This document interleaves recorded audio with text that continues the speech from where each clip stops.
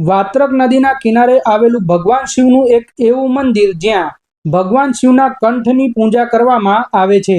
શ્રી ઉત્કંઠેશ્વર મહાદેવ મંદિર, જે 2000 વર્ષ કરતાં પણ જૂનું હોવાની માન્યતાઓ છે, જ્યાં મહાદેવ સ્વયં પ્રગટ થયા હતા.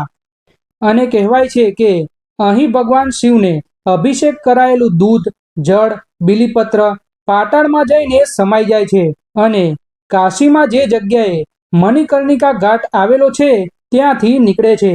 માન્યતાઓ છે કે પૌરાણિક સમયકાળમાં જાંબાલી ઋષિએ 1000 વર્ષ સુધી કાશી વિશ્વનાથ મહાદેવનું તપ કર્યું હતું અને સ્વયં દેવોના દેવ મહાદેવ પ્રગટ થયા હતા.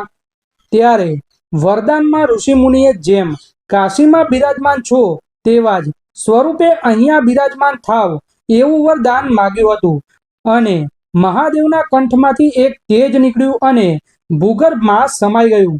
જો તમે પણ ક્યારેય અહીંયા મહાદેવના દર્શન કર્યા હોય તો કોમેન્ટમાં હર હર મહાદેવ જરૂરથી લખી દેજો.